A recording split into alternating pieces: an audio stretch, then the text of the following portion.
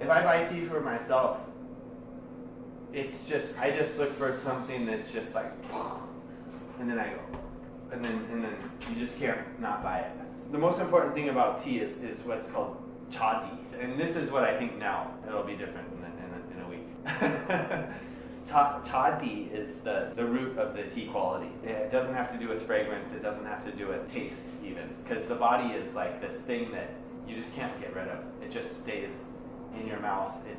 It will often make the tea very fragrant, or it will often make the tea taste good, but those things are misleading. When I first decided I wanted to be in the tea business, I thought what I'd need to know, for example, if I tasted a tea, I thought I'd need to know, oh, it tastes like, and I should be able to name specifically like the flowers or exactly what it tastes like. If it's a floral aroma, I should be able to say, oh, it's a lily, or it's a rose. The other thing I was aware that I would need to know is to be able to taste the tea and know how much it should cost. Also, too, when I first started getting into the tea business, I thought that I just needed to learn about tea. But in fact, there's so many things you have to know about, and it includes pottery, clay.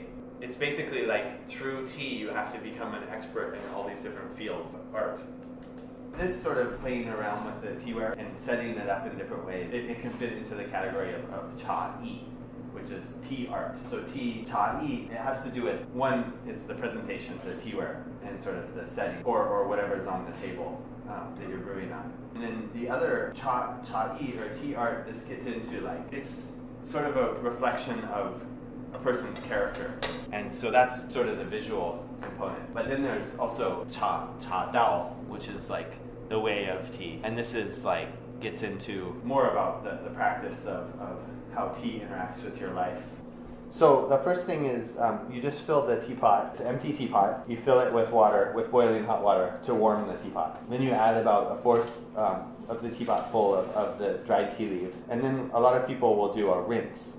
And the rinse is you add the hot water and you don't let the tea steep at all, you just pour it out right away. And that will get the tea leaves that are in these tight little kernels, it will get them to open up a little bit and gets it ready. You can use that, the rinse water, you can use that to then warm the teacups. And then you add the hot water to the teapot again and you let it steep for about 30 seconds. So each infusion is under a minute.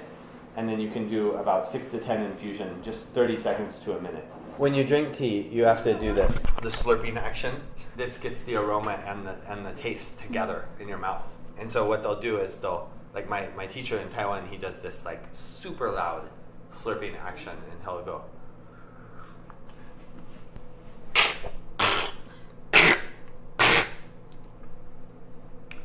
Like that.